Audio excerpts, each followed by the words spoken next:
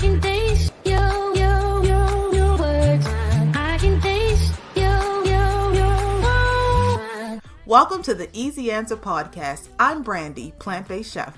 And I'm Vonanise, plant-based adjacent. On this podcast, we explore thought-provoking conversations around food and simple ways to stay healthy in this crazy world.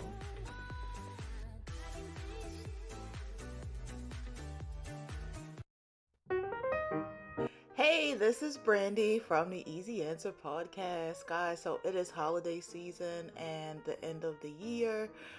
We took a couple of episodes off, but we wanted to make sure that we brought you a favorite moment episode to end off 2021. So Vaughn and I appreciate you listening to us every week as we continue to find simple ways to stay healthy in this crazy world and plan to continue to do the same thing in 2022. Wishing you all an amazing holiday season, and we will be back next week with our regularly scheduled program. In the meantime, be safe, enjoy, and be easy. I like to walk to a Starbucks, so I'm halfway in between, like happy for it, and then I'm just like, I don't get the hype of like coffee. Like it's just weird to me. I don't get the Starbucks hype. All of their specialty drinks are overly sweet. Don't get it. They take a chai tea. Brandy attacks all advertising. It's not even a fact. Actually, there's something that I like. But like my thing is I'm a big integrity person. So if you're gonna be out here talking about you're selling coffee, but it's like subpar coffee, like coffee drinkers don't like Starbucks. You talk to people who drink coffee, Starbucks is it's subpar coffee, right? Yeah, they got some programs where they got coffee from Africa, well, that's great, whatever.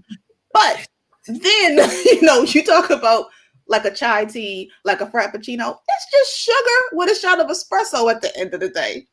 That is true. That is true. Okay. But I love my sugar coffee. Me too, Ella. Thank you very much. You got y'all know the sugar, fat, salt. We can do a whole episode on that. That's the whole food industry, keeping us in the loop of unhealthiness. And we need to take what is it again? Watermelon seeds and just eat them. Yes, get your micronutrients from your watermelon seeds. They did that on purpose. Most of the watermelons don't even have seeds anymore. See, what they're doing deal with health people. Like, really? Oh my gosh, I can see Brandy like in the supermarket slicing open watermelons, checking for seeds. Oh my gosh.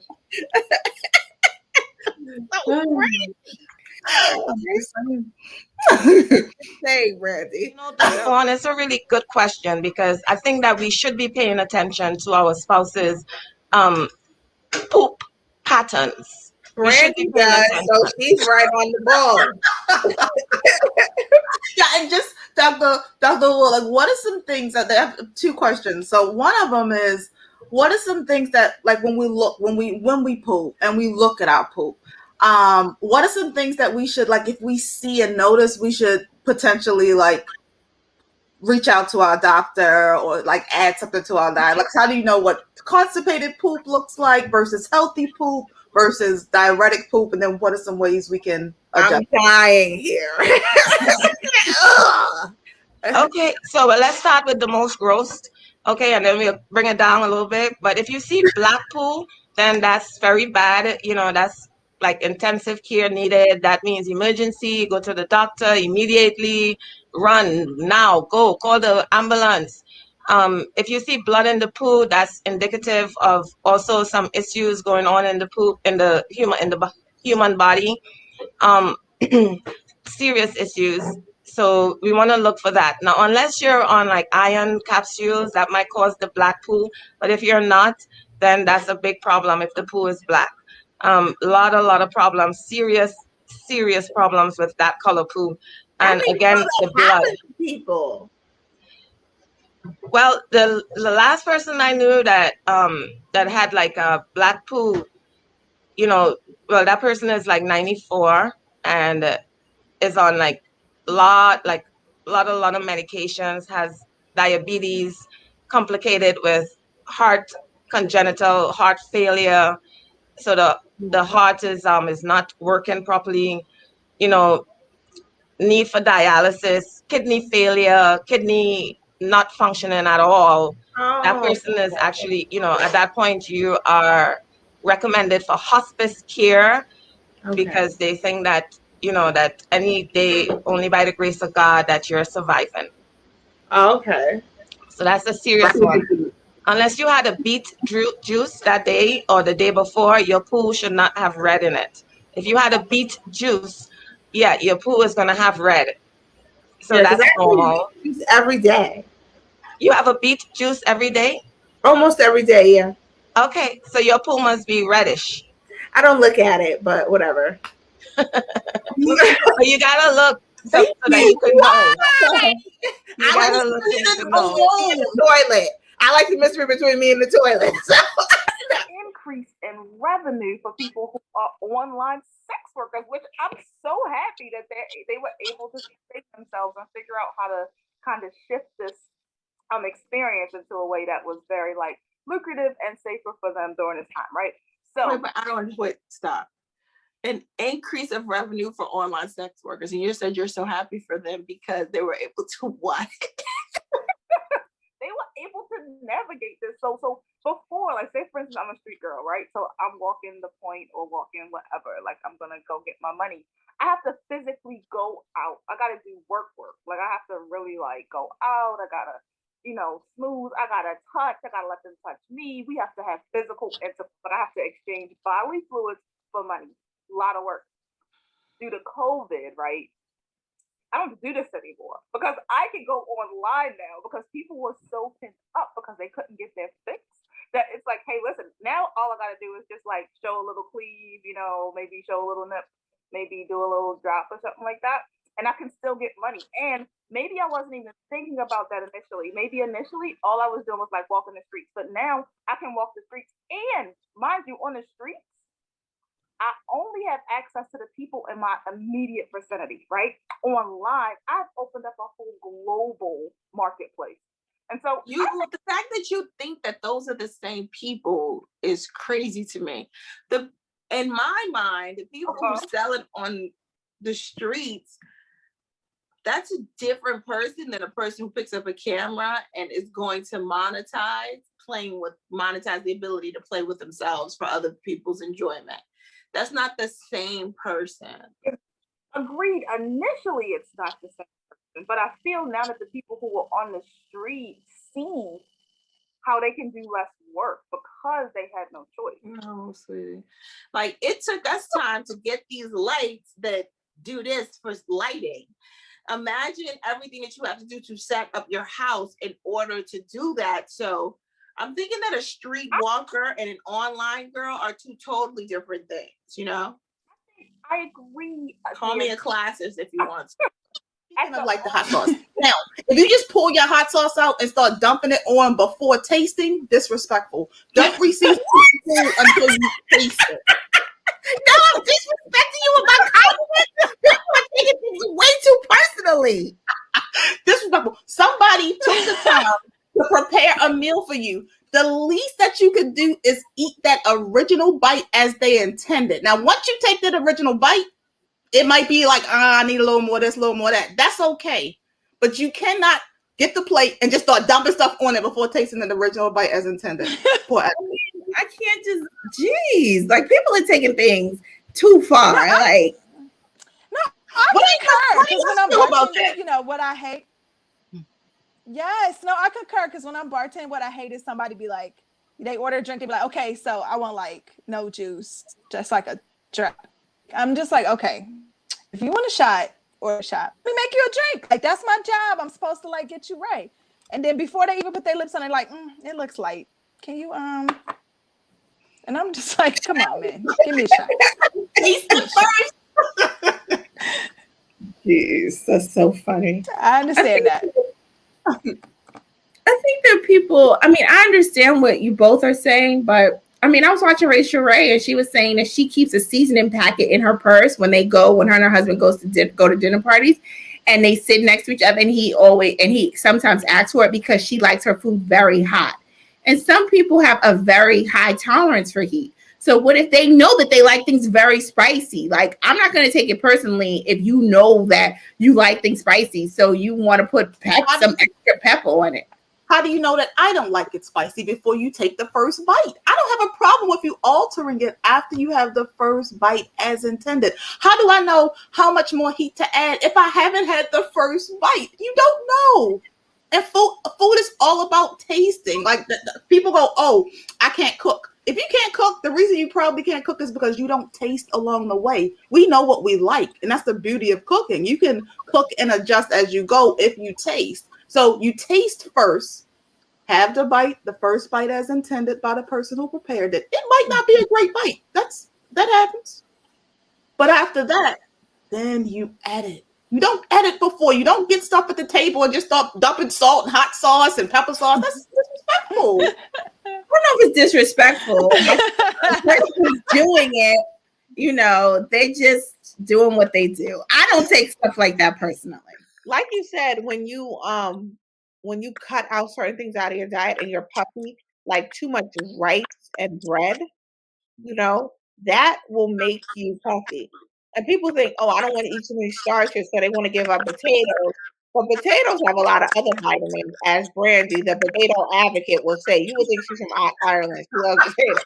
Do not come for the potatoes. She will not have you put butter, bacon, cheese, sour cream on a potato and then say the potato made you fat. You're not going to do that.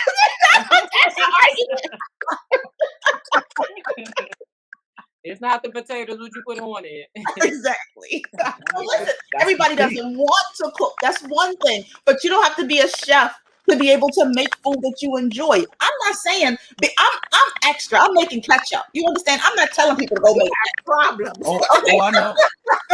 But what I am saying is that when you block from jump in your mind that I'm not a chef, therefore I'm not going to be able to do this, you're literally planting a seed that you're not going to be able to do this. And that's not true.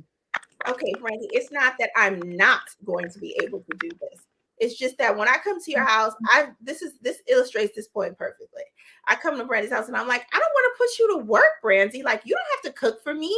And I bring something over. She's like, this is not work for me. It is not work for you to cook. It is work for me to cook.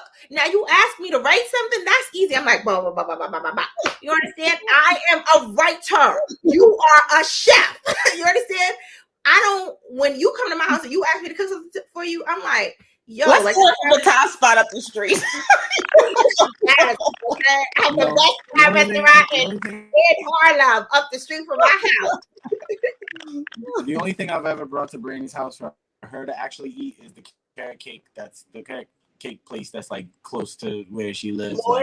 Lloyd. Other than that, I don't even attempt anything else because I just know it's not going to be up to her standards. She's gonna, what she's gonna do? She's gonna take it and she's gonna do just like this, and like, yeah. I'm just gonna look at the label. Yes, hence sugar. And then be like, nope, I can't eat this. This is poison.